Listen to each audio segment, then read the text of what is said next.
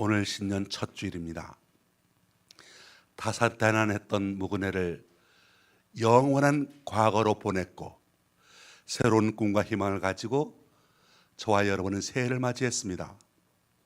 올해 여러분, 우리 광함께 성도 여러분들의 가정에, 여러분에게 건강에, 여러분의 모든 생업에 크게 발전한 복된 한 해가 되시기를 예수님의 이름으로 축원합니다.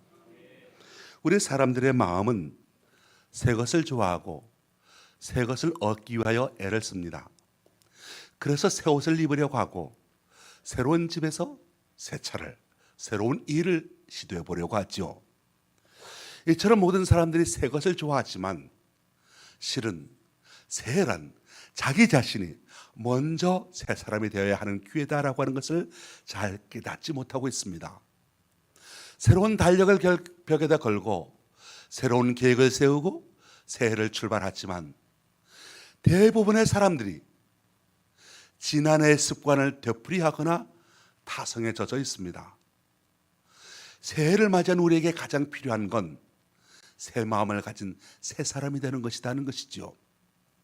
성경 에베소서 4장 22절로 24절 이렇게 말씀합니다. 너희는 육의 욕심을 따라 썩어져가는 구습을 따르는 옛사람을 벗어버리고 오직 너희 심령이 새롭게 되어 하나님을 따라 의와 진리의 거룩함으로 지으심을 받은 새 사람을 입으라. 심령이 새롭게 되어 새 사람을 입으라 말씀하고 있습니다. 자, 여러분, 우리가 새로운 사람, 새로운 마음, 새 사람이 되기 위해서 어떻게 해야 되겠습니까? 독일의 이야기 가운데 이런 이야기가 있습니다. 하루는 임금님께서 두 신하를 불렀습니다. 한 사람에게는 팀을 만들어서 나라를 탐방해보고 우리나라에 어떤 잡초가 있는지, 잡초가 얼마나 많이 있는지 조사를 해오도록 했습니다. 또 다른 신하 한 명에게도 팀을 만들어서 우리나라에 어떤 종류의 꽃들이 있는지, 얼마나 꽃이 많이 있는지 조사해 오도록 했습니다. 1년이 지나갔습니다. 두 신하가 임금님 앞에 왔습니다. 잡초를 연구했던 신하가 말합니다. 임금님, 우리나라는 잡초 국가입니다. 온 말에 잡초투성이고 잡초가 온 땅에 널려져 있습니다. 꽃을 연구했던 신하가 임금님께 보고합니다. 임금님, 우리나라는 아름다운 나라입니다. 우리나라에는 꽃의 국가입니다.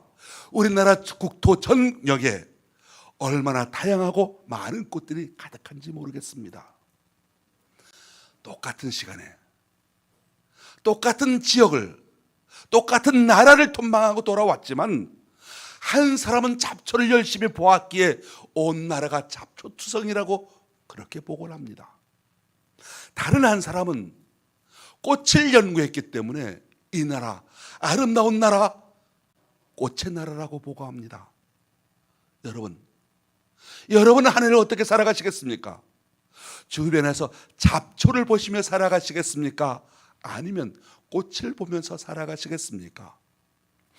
똑같은 상황 속에 살면서도 어떤 사람은 잡초 속에 살아갈 수가 있고 똑같은 상황 속에서도 어떤 사람은 꽃밭 속에서 살아갈 수가 있다는 겁니다. 자신에게 물어보십시오. 나는 어떤 사람인가? 나는 진실로 복을 받을 만한 새로운 사람이 되었는가? 나는 행복한 사람인가? 아니면 나는 스스로 불행을 자초하는 사람인가? 지금 내게 무엇이 더 있으면, 얼마나 더 있으면 내가 더 행복하겠다고 생각을 하십니까? 아니면 내가 지금 어느 정도 누구만큼만 되면 더 행복해지겠다고 생각하십니까? 수입이 조금 늘어나면 더 행복해지겠습니까? 자녀들이 지금보다 더 잘 되면 더 행복해지겠습니까? 가끔 연말 연초가 되면 세계 여론조사 기관에서 전 세계 국가별로 여론의 행복 지수를 조사할 때가 있습니다. 언제 행복하고 언제 불행을 한지, 그리고 각 국가별로, 각 민족별로 행복 지수를 조사해 보죠. 그런데 유독 우리나라 사람들이 환경 안에서 물질 여업으로 행복을 측량하더라는 것입니다. 그러다 보니까 늘 불행합니다. 모든 사람들이 나는 불행하다고 생각합니다. 조사한 사람들이 한결같이 놀랍니다. 대한민국 사람들 잘 사는데 불행하다고 느낀다는 겁니다. 희한하다는 거죠. 잘 살고 있는데도 모든 국민들이 불행하다고 말하는 나라, 이 나라다, 그렇게 이야기하고 있습니다. 여러분은 어떻게 세상을 살아가시겠습니까? 불만이 가득한 사람 보면 잘해도 불만입니다. 당신은 왜 하는 일마다 잘 되는 거야? 잘 돼도 불만입니다. 불만에 가득 차 있는 사람, 봄이 되면 노곤해서 싫다고 합니다. 여름 되면 더워서 죽겠다고 합니다. 가을이면 쓸쓸해서 싫다고 합니다. 겨울에는 추워서 죽겠다고 합니다. 긍정적인 생각이 없습니다. 불행이라 이름하는 신이 있습니다. 이 신이 사는 집을 찾아가 보았더니 그 불행의 신이 함께 사는 아내가 있더랍니다. 그 불행의 신의 아내 이름이 뭔지 아십니까? 바로 비교라는 이름을 가지고 있었습니다. 불행의 신과 비교의 신이 한 집에 살고 있다는 거죠. 다른 사람과 비교하니까 그 사람이 불행해지기 시작하더라는 겁니다. 잘생기기를 목표로 하는 사람은 나보다 잘생긴 사람 세상에 있기 마련이지 않겠습니까? 잘 사는 것이 목표인 사람, 나보다 잘 사는 사람이 세상에 언제나 가득하지 않겠습니까? 가끔 저한테 묻습니다. 목사님은 봄, 여름, 가을, 겨울 중에서 어느 계절을 가장 좋아하십니까? 대답하기 참 난감해요. 저는 봄, 여름, 가을, 겨울 다 좋습니다. 한겨울 나무를, 한 그루 나무를 보십시오. 봄에 막 돋아난 연두빛 잎사귀에 돋아난 것을 보면 가슴이 설렙니다. 가슴이 뜁니다. 봄바람이 마음속에 막 들어오는 것 같습니다. 잎이 울창해지는 여름이면 얼마나 흥분되는지 모릅니다. 단풍이 들고 낙엽이 떨어지는 가을 산을 바라다 보면 저절로 흥이 나고 저절로 시인이 되는 것 같습니다. 앙상한 가지에 눈이 와서 눈꽃이 피어있는 겨울, 눈을 보노라면 이 세상이 얼마나 아름다운지, 하늘에서 눈이라도 펑펑 쏟아지는 날 저도 모르게 가슴이 흥분됩니다. 일이 많으면 일이 많아서 힘들다, 그래서 불행하다라는 것이 아니라 일이 많으면 할 일이 많아서 나는 행복한 사람이다. 또 살다 보면 일이 없을 때가 있지 않습니까? 나는 일이 없어서 불행하다가 아니라 나는 지금 여유로워서 좋다. 사람들이 많은 곳에 가서도 많은 사람들과 행복하게 살 수 있고, 아무도 없는 곳에 가서도 저녁부터 아침부터 저녁까지 활기차게 삽니다. 가끔 몸이 아파서 병석에 누울 때도 있지요. 몸이 아파 괴로워도 그래도 그 아파 누워있는 시간 즐길 수 있습니다. 평탄한 날 감사합니다. 그리고 역경 가운데 하나님 앞에 기도하면서 살 수 있습니다. 아파 누워서도 하나님께서 주시는 위로가 있다는 겁니다. 아파 누워서도 하나님께서 주시는 은혜가 있어 행복하다는 것이지요. 똑같은 상황 속에서 살면서도 우리는 천국을 살아갈 수가 있고, 똑같은 상황 속에서도 우리는 지옥을 살아갈 수도 있습니다. 오늘 읽은 말씀, 시편 1편 말씀이죠. 시편 1편 말씀 읽었습니다. 주제는 복 있는 사람입니다. 바로 앞에 장 보면 욥기서의 말씀이 나옵니다. 여러분, 고난의 장 욥기 다음에 시편이 나오는 이유를 아십니까? 이 고난의 장 욥이 하나님을 만났습니다. 그렇게 욥이 만만히 짓죠. 그 하나님을 만난 사람이 어떻게 살아가야 되느냐, 하나님을 만난 사람이 살아가는 방법, 그것을 알려주면서 그 사람이 복 있는 사람이라고 말하고 있습니다. 시편 1편을 시작하는 말, 문을 여는 단어가 복 있는 사람은 이라고 시작을 하고 있고, 맺는 말, 닫는 말은 망하리로다, 그렇게 말하고 있습니다. 우리 인간 누구에게나 인생 앞길 보게 되는 사람이 있고 망하는 길을 택하는 사람이 있다는 것이지요. 플라톤의 행복론에 보면 행복의 5가지 조건이 나옵니다.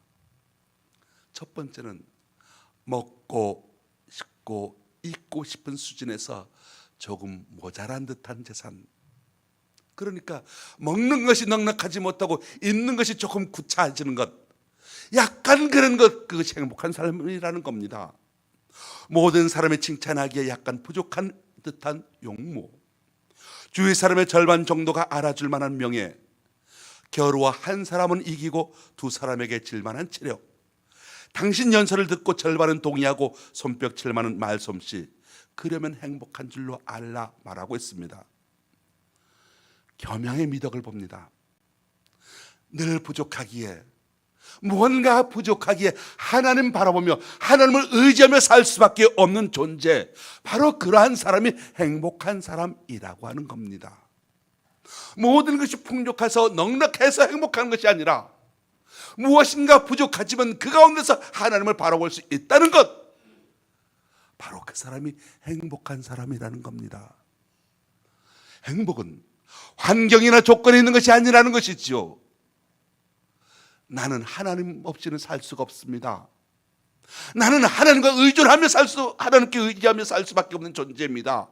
바로 그럴 때 우리가 행복한 사람이 된다는 겁니다. 오늘 본문 말씀 보십시오. 복 있는 존재에는 어떤 권세가 있다는 것을 말합니다. 복 있는 사람에게는 어떤 권한이 있다는 것을 말합니다. 복 있는 사람에게는 어떤 힘이 있습니다. 그것이 무엇이냐? 바로 불행을 거절할 수 있는 힘이 있다는 겁니다. 죄를 이기는 권세가 행복한 사람에게 있다는 것입니다. 복 있는 사람에게는 불행을 거절할 만한 힘이 있다는 것이지요. 그렇습니다. 우리 속에서 온갖 부정적인 생각, 불평의 생각, 불만의 생각들이 수없이 많이 떠오르기도 합니다. 그런데 여러분, 부정적인 생각이 내 머릿속에 떠올랐다고 해서 그렇다고 세상 살기 힘들다고 부정적인 말을 내 입으로 뱉는다면 이미 권세를 잃어버린 사람이 되는 거지요. 내 삶 속에 조그마한 어려움이 있다고 해서, 내가 불행을 느끼고 있다고 해서 그것을 말하고 그렇게 느낀다면 그는 불행을 선택한 사람이 된다는 겁니다. 불행을 거절할 권세를 잃어버리고 있다는 거죠. 망하는 자는 나쁜 일, 악한 일, 해치는 일, 아프게 하는 일이 머리로 자꾸 생각이 나고 그것이 휙휙 지나갑니다. 그런데 여러분, 새가 내 머리 위로 지나가는 건 나는 막을 수는 없습니다. 그런데 좋은 생각, 좋지 않은 생각, 나쁜 생각이 잠깐 불현듯 떠오르는 것 내가 막을 수는 없습니다만은 새가 내 머리에 둥지 트는 건 막을 수 있지 않겠습니까? 내게서 나쁜 생각이 나고 내게서 불쌍한 생각이 나고 비참한 생각이 난다고 하더라도 그것을 내 삶에서 입으로 말하고 내가 구체화하고 행동으로 옮기는 건, 이건 내가 막을 수 있지 않겠습니까? 그런 생각들이 행동화되고 습관화되고 반복이 되면 라이프 스타일이 됐죠. 점점 그랬지만 우리가 수요일 조직신학 시간에 배웠습니다. 그는 하나님이 버린 인간이로구나. 이것을 가리켜서 신학에서는 육이라고 한다고 했습니다. 망하도록 하나님께서 내버려 두신다는 거죠. 머릿속에 나쁜 생각이 떠오를 때 둥지를 틀지 못하도록 쫓아내야 합니다. 그런 권세가 저와 여러분에게 이미 있습니다. 나쁜 생각 행동으로 옮기기 전에 거절할 수 있는 용기가, 권세가 이미 여러분에게 있습니다. 나쁜 생각이 자꾸 들 때마다 이런 생각에 내가 빠져들어가면 이러다가 내가 망하지, 단절하고 돌아서고 회개할 수 있으면 당신은 하나님이 택한 백성입니다. 나쁜 스타일이 자꾸 내게 반복되고 그것을 내가 선택해 간다면 망하도록 지옥 가도록 내버려둔 존재다. 하나님이 유기했다. 신학에서는 그렇게 말합니다. 누가 새 사람이겠습니까? 누가 복 있는 사람이겠습니까? 복 있는 사람은 오직 여호와 율법을 즐거워하며 그 율법을 주야로 묵상하는도다 라고 말하고 있습니다. 하나님의 말씀을 가까이 하는 사람, 하나님의 말씀을 앞에 두고 묵상하는 사람이 복 있는 사람이라는 거지요. 무슨 뜻이냐면 하나님 말씀을 생각하고 다른 부정적인 것은 버린다는 겁니다. 세상에서 억울한 마음 버린다는 겁니다. 내가 누구에게 당했던 불했던 마음도 하나님 말씀 앞에서 내려놓는다는 것입니다.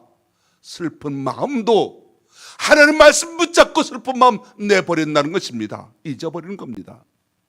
그럴 때 하나님의 말씀의 세계가 새롭게 열리는 것을 느끼게 됩니다. 복 있는 사람은 악인들의 꾀를 따르지 아니하며 복 있는 사람은 나쁜 사람의 꾀를 따르지 아니한다고 말씀합니다. 나쁜 길로 가지 않습니다. 나쁜 자리에 앉지 않습니다. 왜 악인의 길 가겠습니까? 왜 나쁜 길로 가겠습니까? 욕심 때문에 그렇습니다.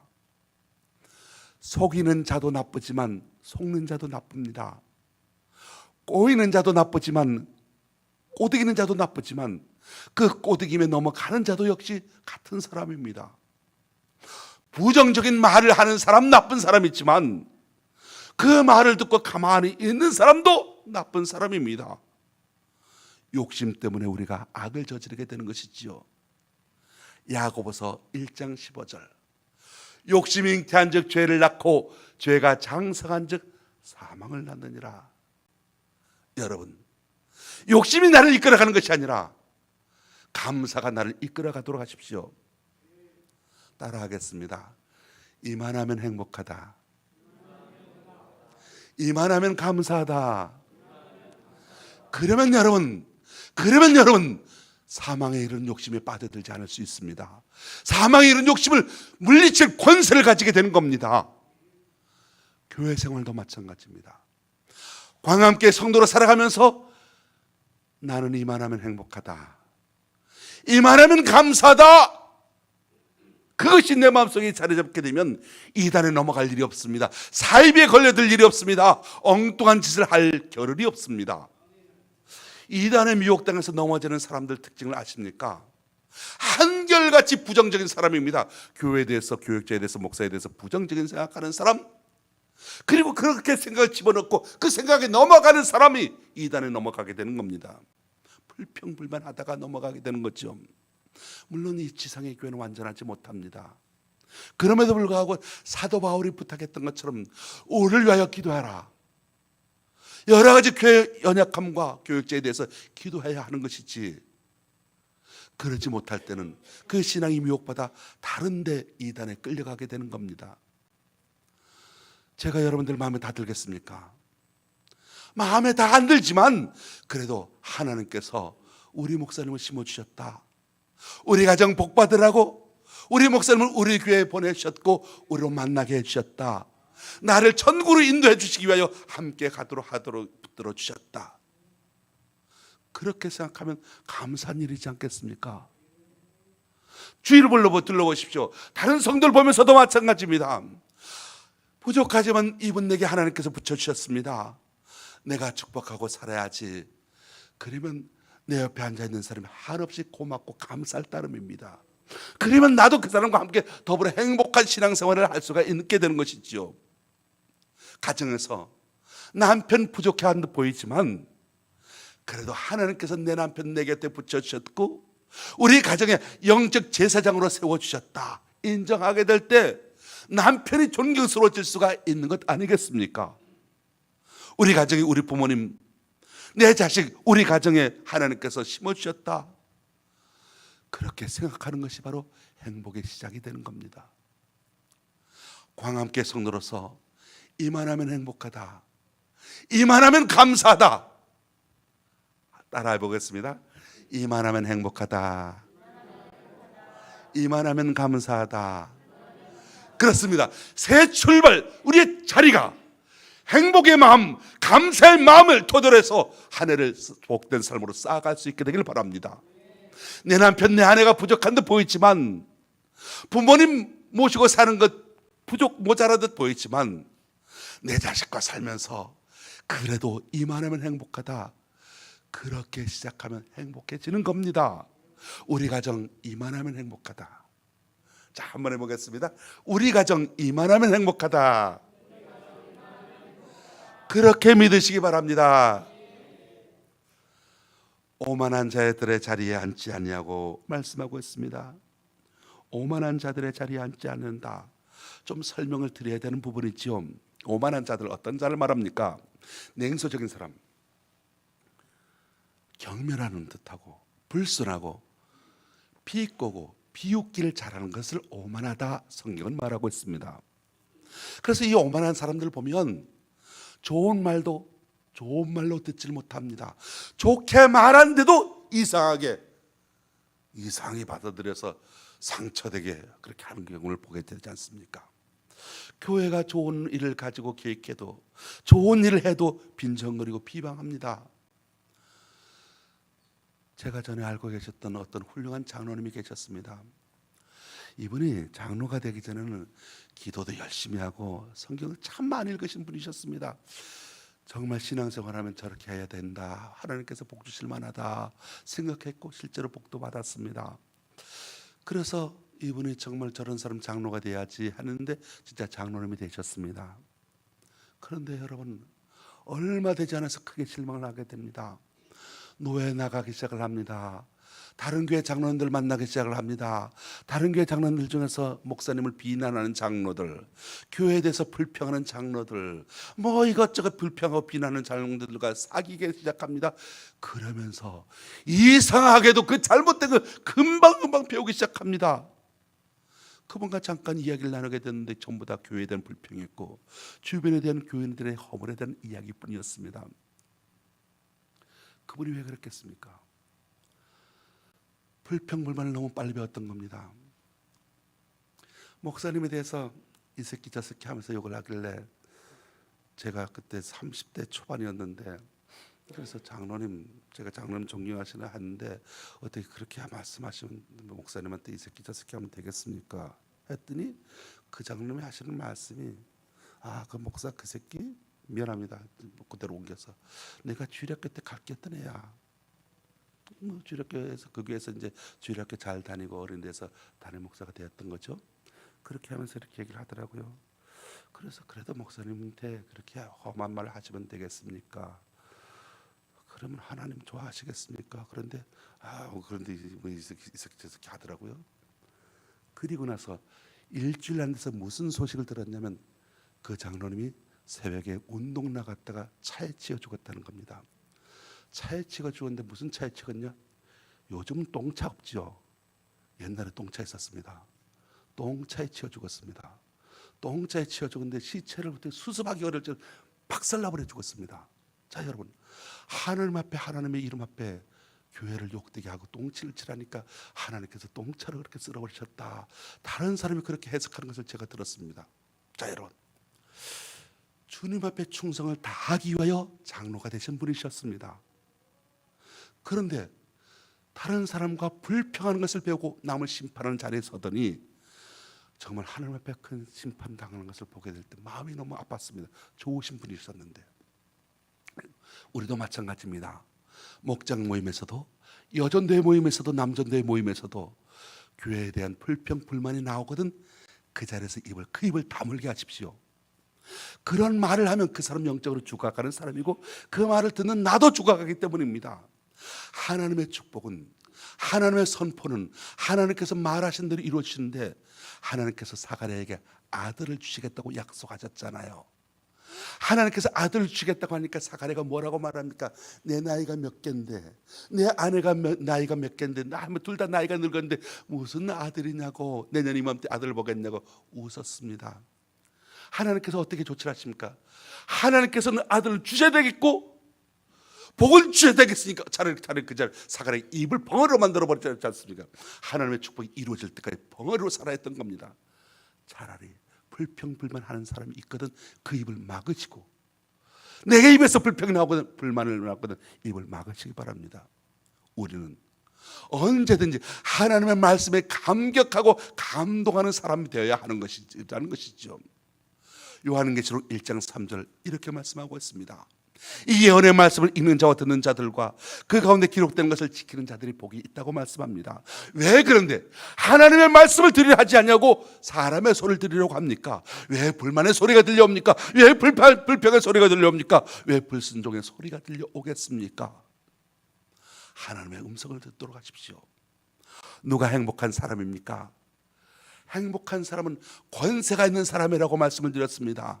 무슨 권세? 하지 말아야 할 것을 안 할 수 있는 권세를 가진 사람이라고 했습니다. 우리에게는 사람답게 살기 위하여 하지 말아야 할 것이 있습니다. 악인들의 꾀를 따르다 보면 습관이 형성되어 죄인의 길에 서게 되고 마침내 오만한 자의 자리에 앉아 스스로 멸망의 자리에 들어가는 것을 알아야 합니다. 악인의 꾀를 물리쳐야 합니다. 그 권세가 여러분에게 있습니다. 우리 그리스도인들은 하지 말아야 할 것은 정하고 하지 않아야 할 것은 하지 않겠다고 하는 것, 그것이 사람다운 사람이고 그것이 바로 우리의 삶을 행복한 사람으로 살아갈 수 있는 기초가 된다라고 하는 것입니다. 새해 초가 되면 옛날에 집집마다 마을 청년에서 복조를 걸어뒀습니다. 조리 아시지요?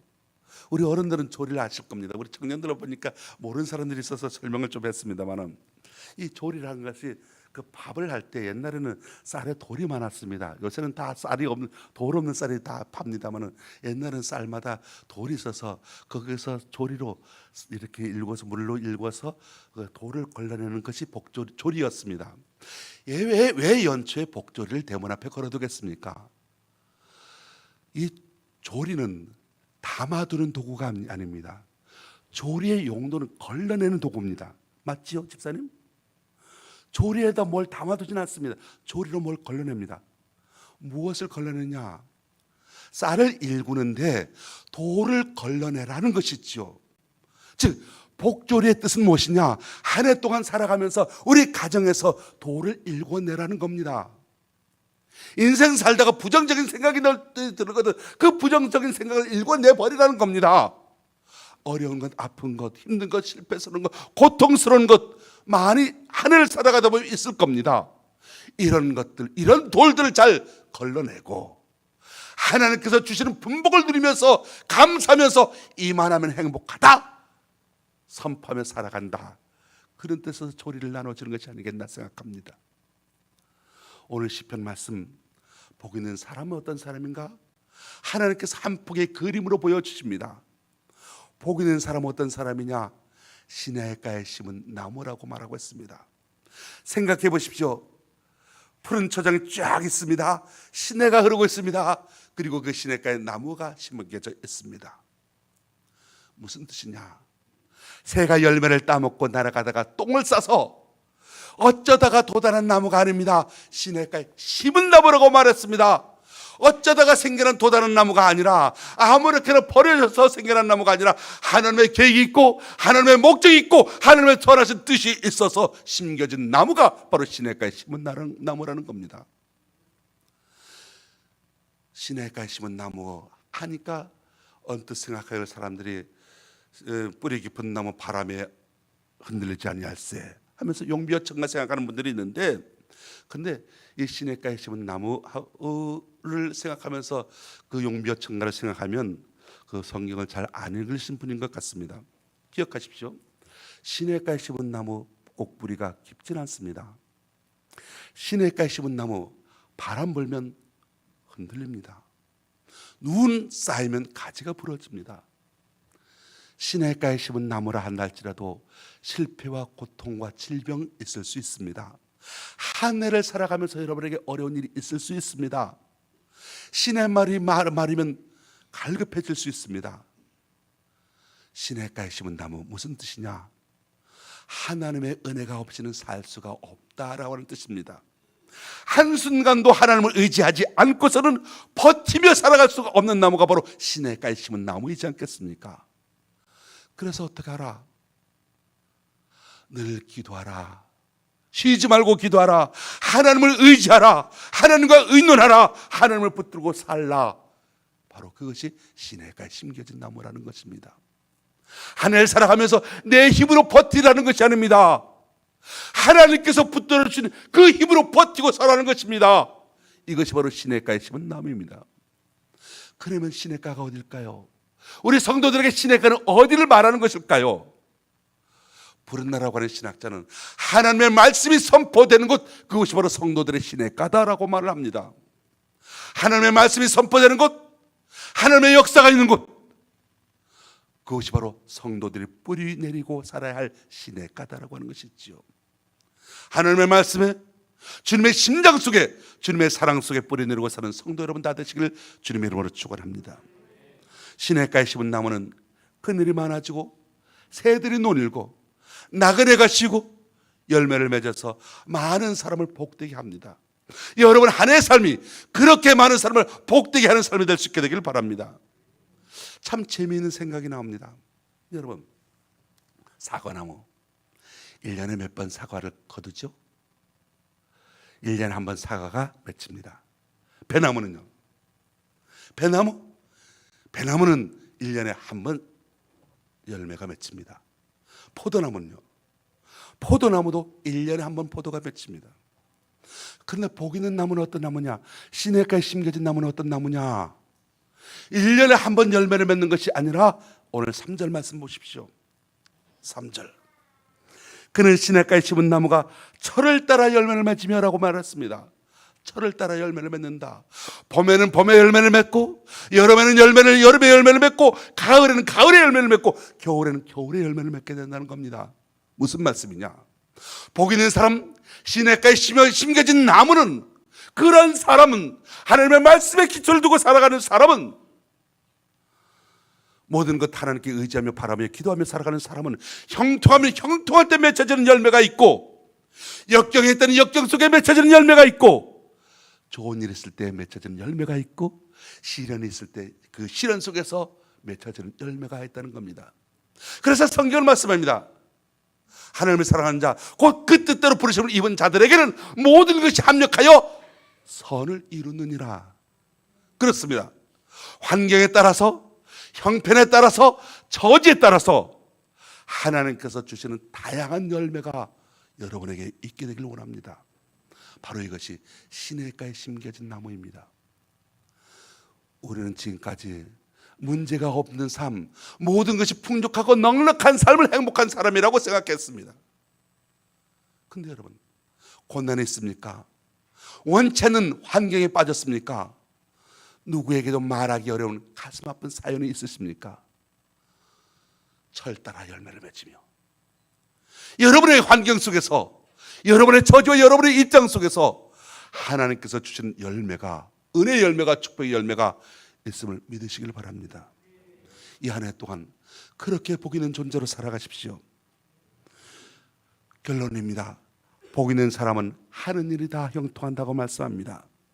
시냇가에 심은 나무가 철을 따라 열매를 맺으며 그 잎사귀가 마르지 아니함 같이 형통한 삶을 우리는 원하고 있습니다. 시냇가에 심은 나무는 물을 공급받아 잘 자랍니다. 나무가 아무 데서나 잘 자라진 않지요. 우리가 하나님의 말씀이 선포되는 시냇가처럼 흘러가는 자리에 심겨져야 합니다. 여러분이라고 하는 나무는 이미 시냇가에 심겨졌습니다. 의심하지 마십시오. 여러분이 이 시냇가를 떠나지만 않냐면 여러분의 삶에 사철사 열매가 맺혀지게 될 것입니다. 형통한 삶이 될 것입니다. 의인의 반열에 들어가게 될 것입니다. 하나님께서 인정하시는 자리에 서게 될 것입니다. 올 한 해 여러분의 삶이 이런 놀라운 은총이 있게 되기를 예수님의 이름으로 축원합니다. 기도하겠습니다. 하나님 아버지, 새해 첫 주일 예배를 주님께 드립니다.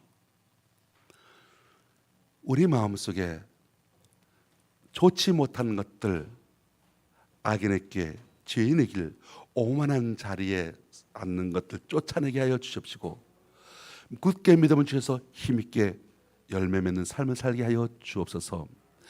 때로 세상살이가 눈물의 싸움이 될지라도 그때마다 힘주시는 주님의 사랑을 의지하며 승리하게 하시고, 험한 벼랑길 같을지라도 광야에 던져진 것 같은 느낌이 들지라도 날마다 양식을 주시고 해치고 나갈 지혜를 주실 주님의 사랑을 믿고 승리의 삶을 살게 하여 주옵소서.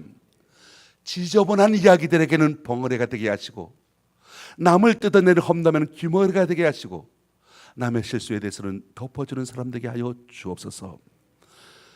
바른 말을 할 수 있는 용감한 입과 한숨과 시름소리를 들을 수 있는 밝은 귀와 거짓을 꿰뚫어볼 수 있는 밝은 눈을 주시옵시되, 무엇보다도 이와 율법을 즐거워하며 그 율법을 죄로 묵상하며 하나님의 말씀이 내 삶의 기준이 되게 하여 주옵소서.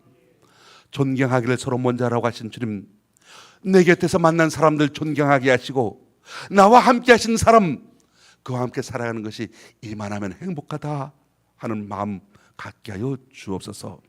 저들의 마음속에 주님의 사랑이 늘 기억되게 하시고 충만하게 하시고 주님을 닮아가는 성도들 되게 하여 주옵소서. 예수님의 이름으로 기도합니다. 아멘. 323장 찬송하겠습니다.